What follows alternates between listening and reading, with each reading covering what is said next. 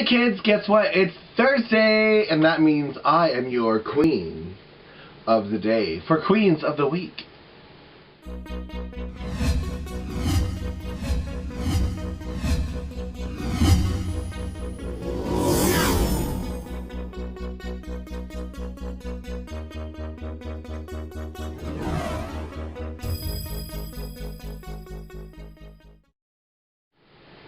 Today's scandalous, salacious topic comes from Portia Lynn Aquarius. She's actually following up on Katana Ray's recent topic about the royal celebrities being naked in the press.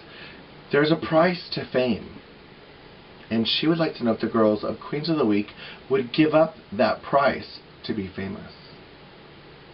Is it really worth it, or do you kind of pity celebrities that has their personal drama and or garbage thrown out in the world? This is a great topic following up our last week, Katana Ray, when she was talking about nudity from the royal family. And yeah, as a celebrity, you kind of don't really have a personal life. Is this something you'd be willing to give up? And I actually refuse to watch the other girls' videos until after I record mine, at least the same week of the video. I personally have fallen into like a little habit or ritual where on Wednesday nights I do my makeup and I watch the other girls' videos and I comment on their videos so you can see all my thoughts there on Wednesday nights. And then on Wednesday night when I come home from Bitchy Bingo, I record my Thursday vlog. Now, I have not seen the other girls' videos, but I'm going to venture to say that because they are drag queens, they're going to say yes, it is worth it. Yes, they would give up their personal lives for fame, because guess what? They already have. To a degree, to a little extent. Being a professional female impersonator has jeopardized my personal life on many, many, many occasions. I've been to bathhouses, I've been to sex parties, and people were like, oh my god, you're Misty Eyez. And instead of doing what we were there to do, we end up talking and chatting and discussing makeup. And yeah, it kind of has ruined that part of my life. Unless I were to go out of town, of course, if I went to visit Chicago, maybe I could have a unique encounter there. But here in Fort Lauderdale, I've kind of haven't been to a bathhouse in 5 years, and that's okay with me. I'm not saying that's a bad thing. I'm saying I am definitely choosing the life I live with the consequences of the personal life.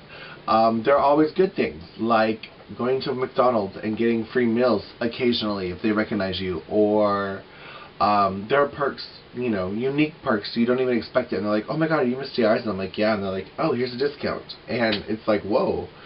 But your personal life is always up for grabs, always.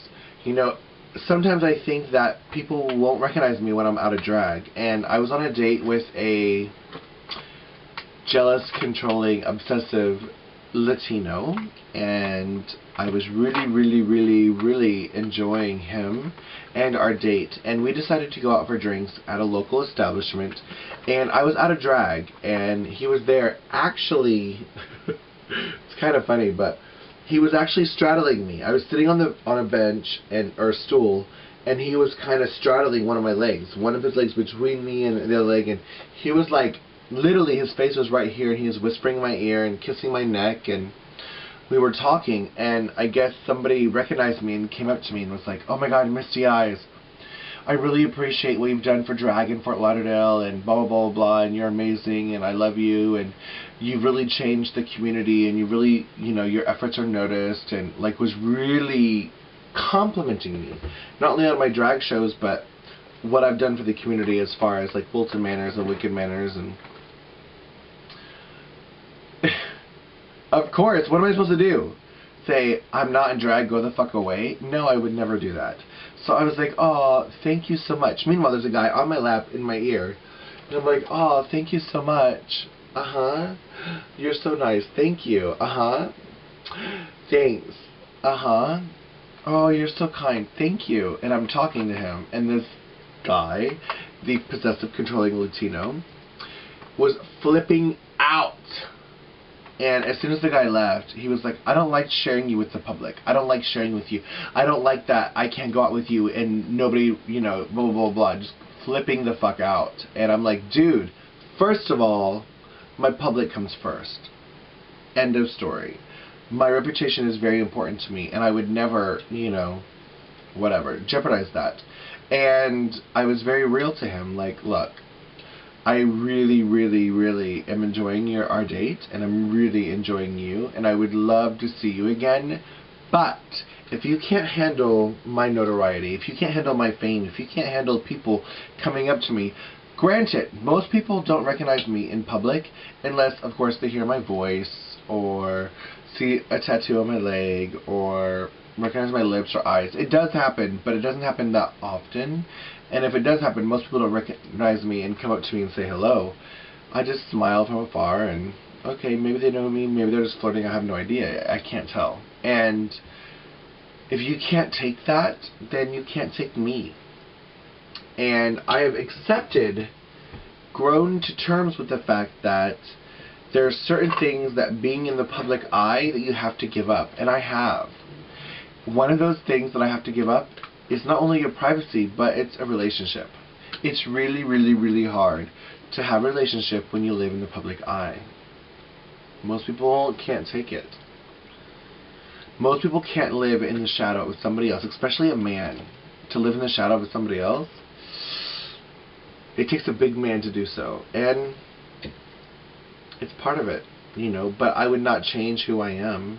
And if I were, heaven bless, if I could ever get on RuPaul's Drag Race, and I would be seen as a boy and as a girl on TV, I realized that I would never have a moment to myself. But that's okay. I cherish my time in the public. And I cherish my fans. Without them, I would not exist. And I realize that. I accept that. And yeah. Obviously, I know if I'm going to go outside and take my top off, there might be paparazzi. Whether they're taking pictures from far away with a telescopic lens or not, I do know that when I'm outside, it's fair game. You know, or in a Las Vegas casino with, you know, random strangers. It happens. And that is the price of fame. You know? And just like Project Runway says, either you are in or you are out. How long are you going to be in? I don't know. You just got to ride that... I don't know. It's a game. You have to ride that wave until it ends. And yes, sign me up. I do know that the price of fame is very expensive, but I'm willing to pay it. And I haven't watched the other girls, but I would venture to say that they would all be willing to give up that price to be fame or famous. Alright, that was my thoughts, my ideas, and my Thursday vlog for you on Queens of the Week. Next week is my week. Actually, the next topic is my topic, and my topic is about plastic surgery and or maintenance. And is this a good idea or a bad idea? Do you need to be modified to be fierce, or can you just be natural and be amazing? Is it a good idea? Is it a good career move, or is it drag suicide? That's my next topic. However, I think we might be doing our fall Halloween vlog tag video next week. So either way, check out next week and you will love it. Loving you is easy. Bye.